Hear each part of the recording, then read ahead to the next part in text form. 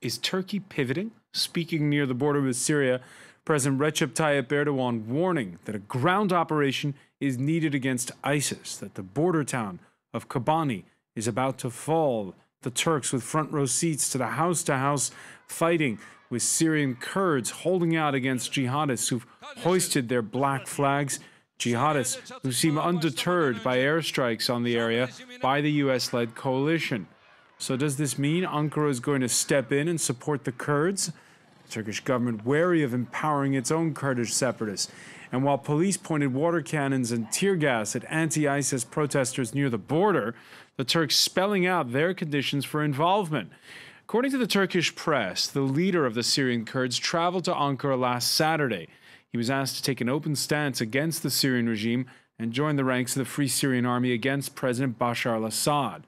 So whose job is it to stop the jihadists from taking Kobani, thereby consolidating a territory that would stretch for ISIS from their base in Raqqa all the way to Syria's largest city, Aleppo?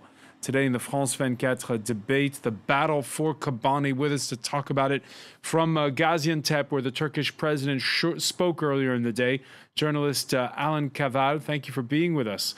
Joining us from London, Sensish Gunes, the author of several books on the Kurdish movement in Turkey. From Washington, Kadir Ustun of the Turkish public policy think tank SETA, and Julien Théron, who teaches political science at the University of Versailles. The France 24 debate, where you can join the conversation on Facebook and on Twitter, our hashtag F24debate. For now, though, let's get the latest on what's going on at the border as night falls. And our correspondent, Marine Kazalitz, joins us. Marine, tell us where you are. Well, I'm in Sali-Norfa, about a town about 40 minutes away from the border with Kobani, where I spent most of the day today. And the situation there today was really chaotic. There have been sirens of ambulances rushing in and out all day on the main road leading to Kobani. And clearly that indicates that the fighting has escalated. It's now close-range street fighting, as the Kurds are now controlling only the town center. Yesterday, Islamic State militants entered through the eastern part of the city. Today, they were pushing through the southern and western gates. And so now it's just the city center that they're controlling, and they're saying they do not have the weapons to hold their ground for much longer, despite the airstrikes that were backing them up all day from the air. Marine, tell us about the protesters on the Turkish side of the border. What were they calling for, and why did the Turkish police use tear gas? Well, they're calling for an intervention, and they're calling for the Turkish military to step up. Last Thursday, the Turkish parliament passed a motion that allows the Turkish government to intervene militarily inside Syria against Islamic State militants. And all over the weekend, Kurds here, whether they're Turkish or Syrian, really had high hopes that the Turkish tanks that are positioned at the border would finally make a move and enter Kobani to back up the Kurdish fighters inside. Instead, the only move that the army has made, at least today when I was there and were able to witness that, is just water cannons and tear gas being thrown at the crowd that was just standing there and watching the developments on the other side of the border. And one final question on that. What does the troop deployment look like? What have you seen in terms of tanks? Well, there are about a dozen tanks that are positioned on a hill overlooking the border crossing and overlooking Kobani. But then it's also there's a heavy presence of police forces. There are multiple checkpoints on the main road leading to Kobani. And all day on the main road, some of the army vehicles were going in and out and trying to just disperse the crowds with those water cannons and tear gas. All right, Marine Olivesi, I want to thank you for joining us there from the Turkish side of the border with that update. Now, as you heard from Marine, mixed signals on the part of Turkish authorities. Recep Tayyip Erdogan traveling to the İslahiye refugee camp in Gaziantep earlier, an area that's home right now to 300,000 Syrian refugees. There, he said airstrikes aren't enough. This terror cannot be stopped by airstrikes alone. It will only end if contact is made with those who are struggling on the ground against the terrorists. Months have gone by, but so far there's been no result. Right now, Kobani is about to be seized.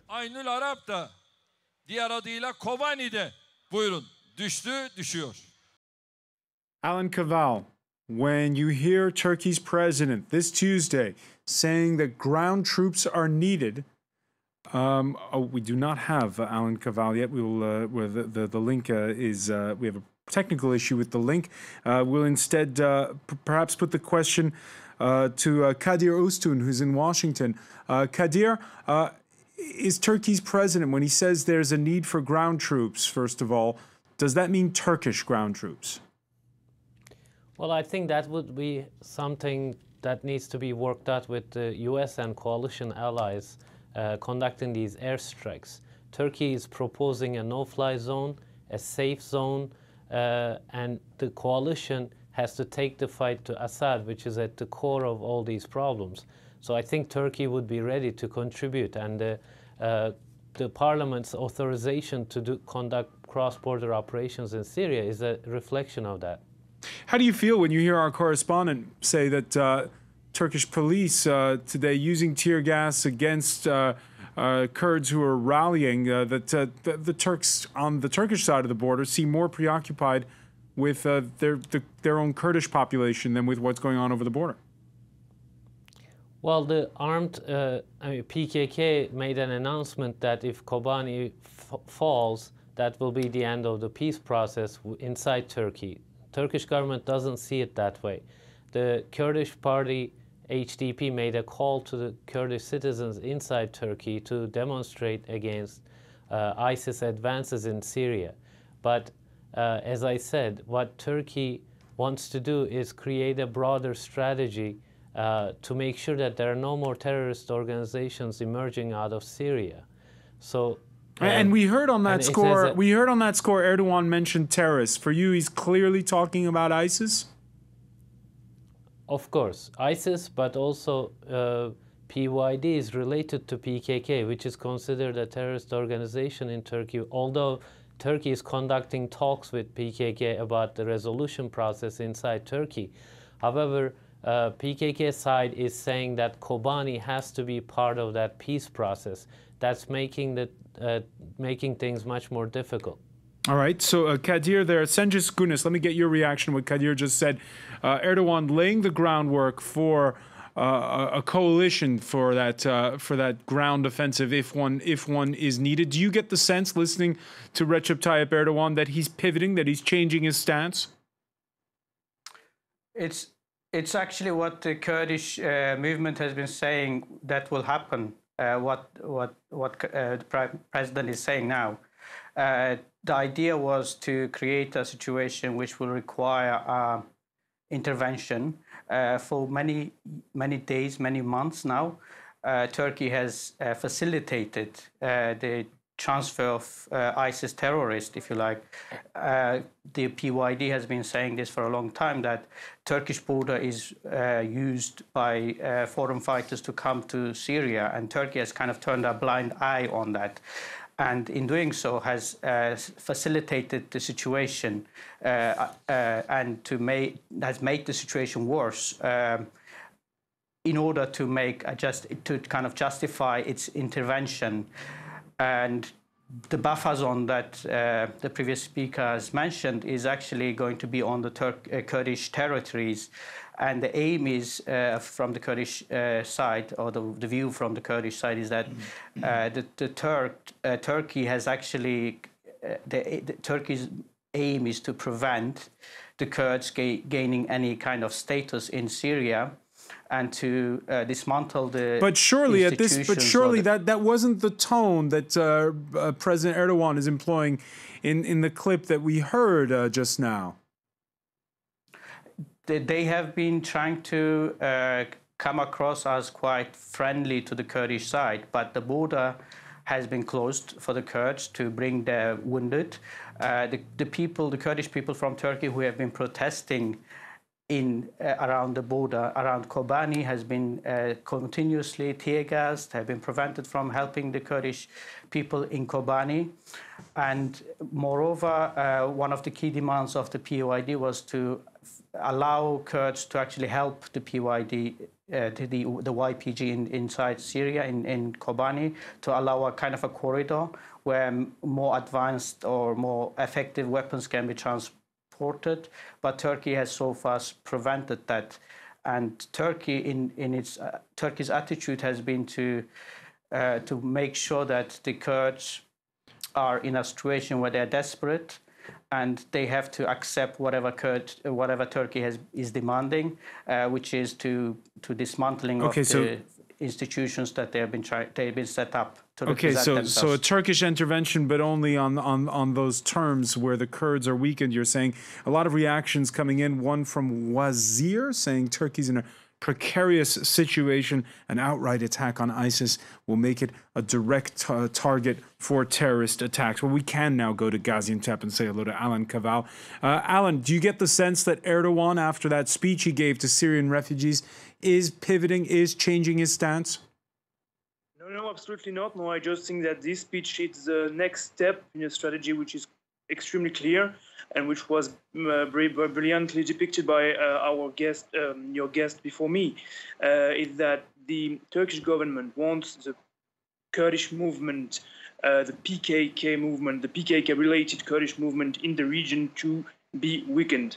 What happened in Sinjar last month, the fact that PKK-related fighters entered Iraq and took position in various places in Iraq, and gave the feeling of being a wall against Daesh, a wall against ISIS in the region, reinforced this political organization quite seriously.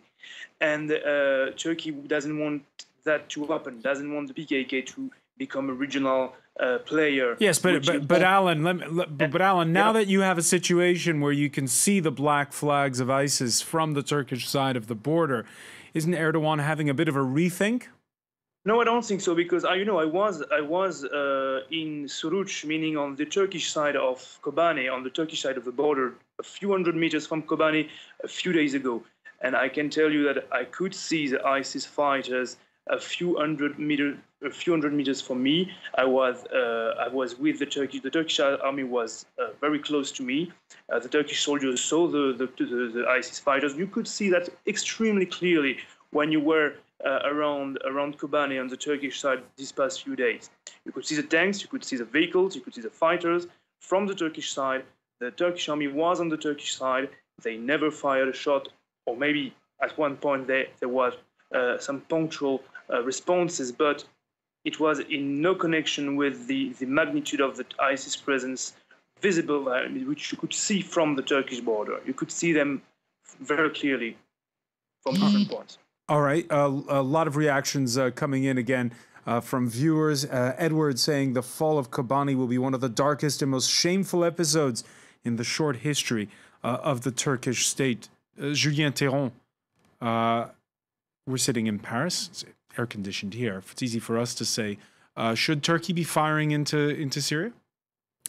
Well, we are in a very moving situation now, and it's dramatically important for the region, meaning the Turks actually try to sit their influence in the region. So they say to the Kurds, well, we can go there, but not at your condition, like it was said, because the PKK says, okay, we'll talk with you, but except if you don't go to help our brothers in Syria. But Iranians also said, well, you can go, you might go actually in Syria, but not if you try to attack the regime.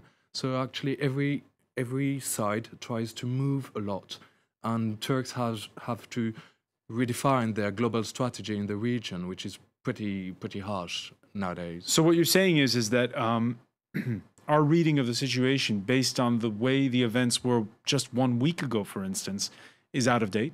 Yes, it is actually. Yeah. The Islamic State tries to take this last place it doesn't have on the Syria-Turkish border, and the idea is to control actually this entire border. So the Turks can't have really those very radicalized movements right at their doors, so they kind of have to move forward.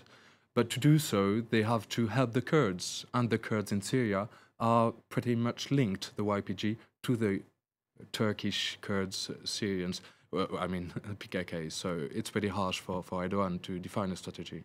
All right, and what say you to what we heard from Cengiz Güneş, that Erdogan, he's worried about ISIS, yes, but he'd first like to weaken the Kurds? Well, Erdogan would like to weaken the Kurds and weaken the Islamic State and weaken the Syrian regime, because the moving strategy makes the Kurds kind of against everybody in Syria. So if they move forward, where will they go? How far? Is it a buffer zone like we spoke about even 2 years ago?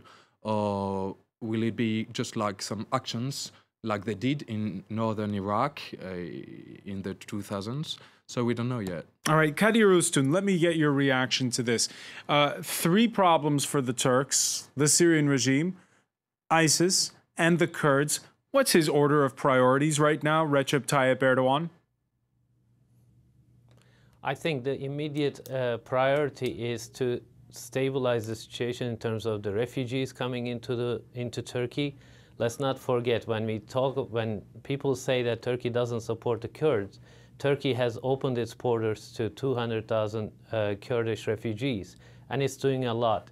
The point here is Turkey does not want to be empowering PYD while trying to weaken the ISIS, and it doesn't want to empower the Assad regime, which is why Turkey has asked the US to come to the table and create a broader strategy that addresses the source of the problem. The problem is civil war situation hasn't been addressed for years now.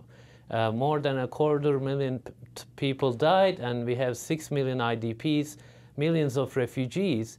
When you don't see this bigger picture, and when you're stuck on just one town now, which is horrible, it shouldn't fall. Nobody wants it to, Turkey doesn't want it to fall to ISIS.